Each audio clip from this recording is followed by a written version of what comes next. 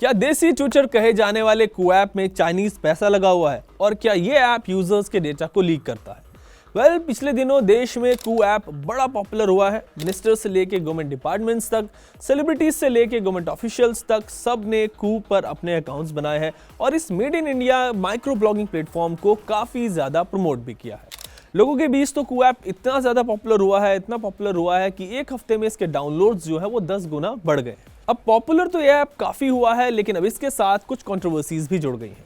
एक तो ये कहा जा रहा है कि भाई इस ऐप में चाइनीज कंपनी का पैसा लगा हुआ है और एक एलिगेशन कू पर यह लग रहा है कि ये ऐप यूजर्स के डेटा को लीक कर रहा है, यानी कि अगर आप कू पर अकाउंट बनाएंगे तो आपका डेटा लीक हो सकता है। मतलब इससे पहले ही कि कू के अच्छे दिन आते ये ऐप कंट्रोवर्सी में फंस गया है। तो इसीलिए आज के इस टेकटॉक वीडियो में आपसे कू ऐप पर ही बात होगी, जानेंगे इसके चाइनीज कनेक्शन के बारे में और साथ ही देखेंगे कि कैसे यूजर्स के डेटा को लीक कर रहा है। सबसे पहले बात करते हैं कू में चाइनीज इन्वेस्टर्स की।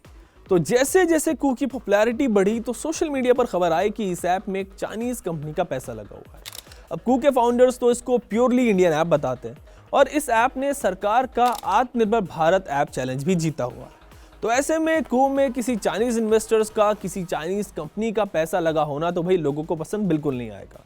लेकिन फिर इस पर सफाई दी कंपनी के को फाउंडर अप्रमेय राधाकृष्णन ने। उन्होंने कहा कि यह बात सही है कि उनकी कंपनी में एक चाइनीज कंपनी का पैसा लगा हुआ है, लेकिन अब वो कंपनी बाहर जाने वाली है। कू के को फाउंडर ने कहा कि पहले उनका एक ब्रांड था वोकल नाम से, उसमें चाइनीज फर्म शिनवे का इन्वेस्टमेंट था, लेकिन फिर उन्होंने कू पर फोकस किया और अब शिनवे एग्जिट कर रही है और कू एक पूरी तरीके से आत्मनिर्भर भारत ऐप है।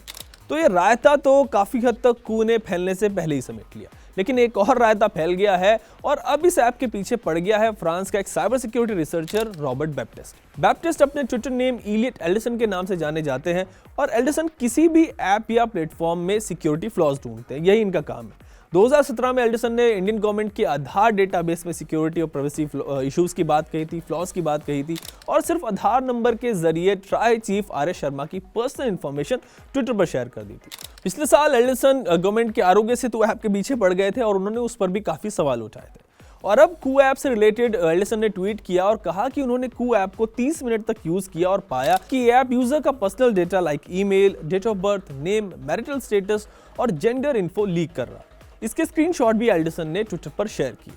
डेटा लीक्स के एलिगेशन पर कू के को-फाउंडर का कहना है कि भाई ये डेटा कू यूजर्स के प्रोफाइल पर सबके लिए विजिबल है और यूजर्स ने ये डेटा प्लेटफॉर्म के साथ वॉलंटरली शेयर किया हुआ है। इसके बाद एल्डरसन ने उस यूजर के अकाउंट का स्क्रीनशॉट शेयर किया जिस यूजर के पर्सनल डेटा को उन्होंने एक्सट्रैक्ट किया हुआ था और जो डेटा एल्डरसन के पास था वो डेटा यूजर ने पब्लिकली शेयर नहीं किया हुआ था, which means there was some issue with in the app. वैसे जब भी कोई प्लेटफॉर्म नया होता है, इनिशियल स्टेजेस में होता है, तो उसमें कई टेक्निकल ग्लिचेस होते हैं, बग्स होते हैं और फिर स्टेप बाय स्टेप उनको रिजॉल्व किया जाता है। ऑलमोस्ट हर प्लेटफॉर्म के साथ यही होता है और शायद इसीलिए इसके बाद राधाकृष्णन ने एल्डरसन को रिप्लाई किया और कहा कि वो उनके फीडबैक को चेक करेंगे और अगर एल्डरसन इसमें कुछ उनकी हेल्प करना चाहते हैं तो they can connect with the Koo team.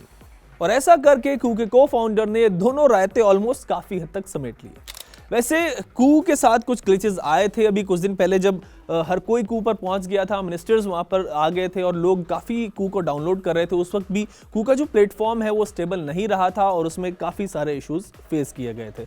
अगर आपने भी कू डाउनलोड किया है, आप भी उसके यूज़र हैं, तो आपने भी अगर कोई ऐसा कोई इशू फेस किया है, कोई ग्लिचेस आपके साथ भी आए हैं, या आप मुझे हमारे कमेंट सेक्शन में ज़रूर बताना। और ऐसी दूसरी इंटरेस्टिंग टेक वीडियोज़ के लिए जुड़े रहें हमारे साथ और देखते रहें टेक टॉक।